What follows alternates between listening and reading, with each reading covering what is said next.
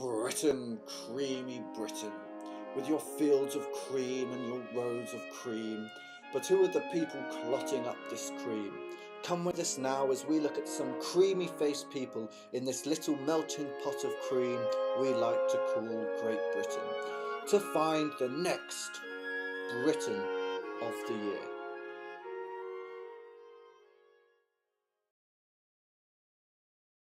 Most of us in Britain live in towns and cities. We only ever go to the countryside to get away from it all, and we really wouldn't want to live there. Our first nominee for Briton of the Year resides in a quiet Worcestershire village and has neighbours such as Richard the Hamster Hammond and Vernon Kay. He is the well-known and loved Jonty Walbaton. Jonty Walbaton believes that our modern way of living, in particular the increasing use of the internet, is the cause of everything that has gone wrong with Britain today.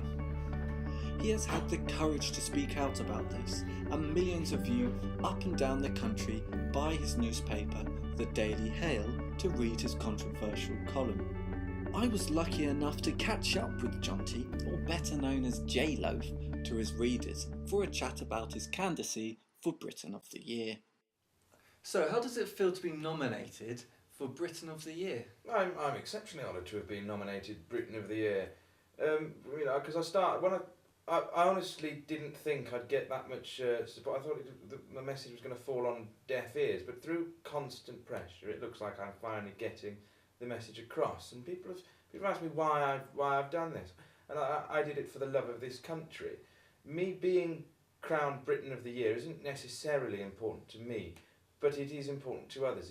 It's important for me to be Briton of the Year in the interest of the well-being of our beloved nation.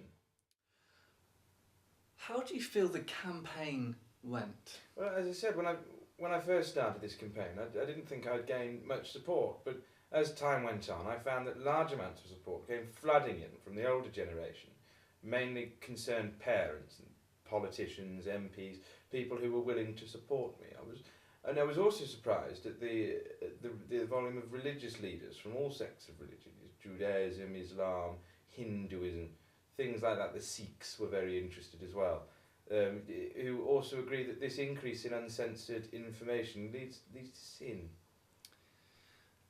Some of your more controversial headlines, such as Perv's Eye View on Your Kids and Why Can We No Longer Think of the British Isles Without the Word Pedo in front of it.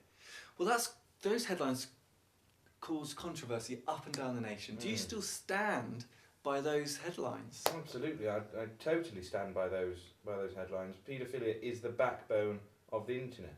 Do you know it is fact that every other internet user is a paedophile?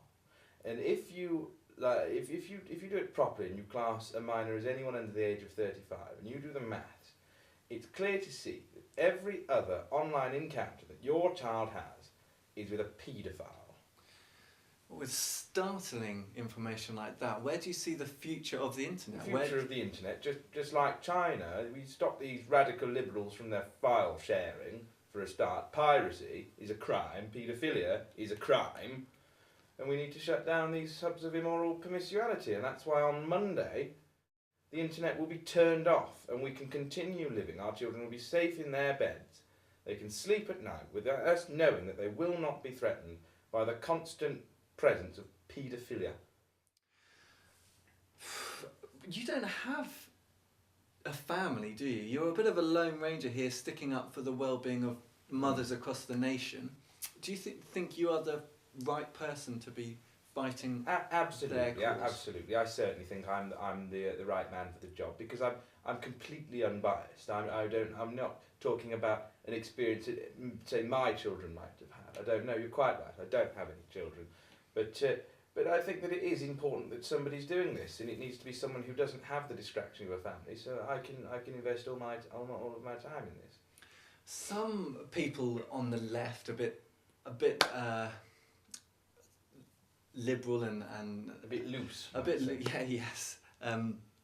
They say that you are only doing this to capitalise for your own good. Right. Your paper, they say, is an institution of fear-mongering and scaremongering, and you are their main employer. Yeah, it's not an institution of fear-mongering. It's a truth generator, you could say. It just tells the truth. We dispense the truth like a Coke machine dispenses Coke.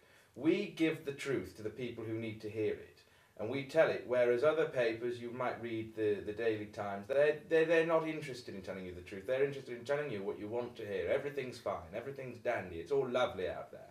I'm the one going out there, I'm the one confronting these paedophiles and telling them bugger off. Well, if you see the future of the internet like China, you clearly see a future of the internet. It can be harnessed.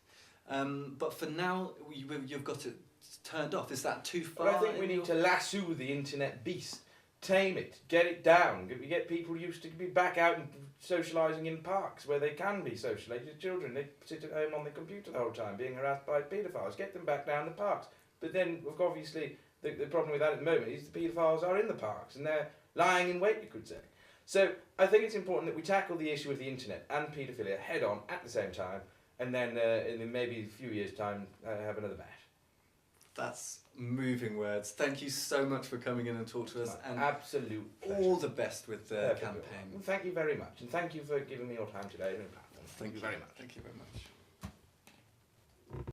If Jonty Walbaton gets your vote, please dial 0845 973 88401 in the middle for Jonty, 9964 7581 7171. Please ask for permission from whoever pays the phone bill. All calls will be charged but may not be counted. Thank you and good luck.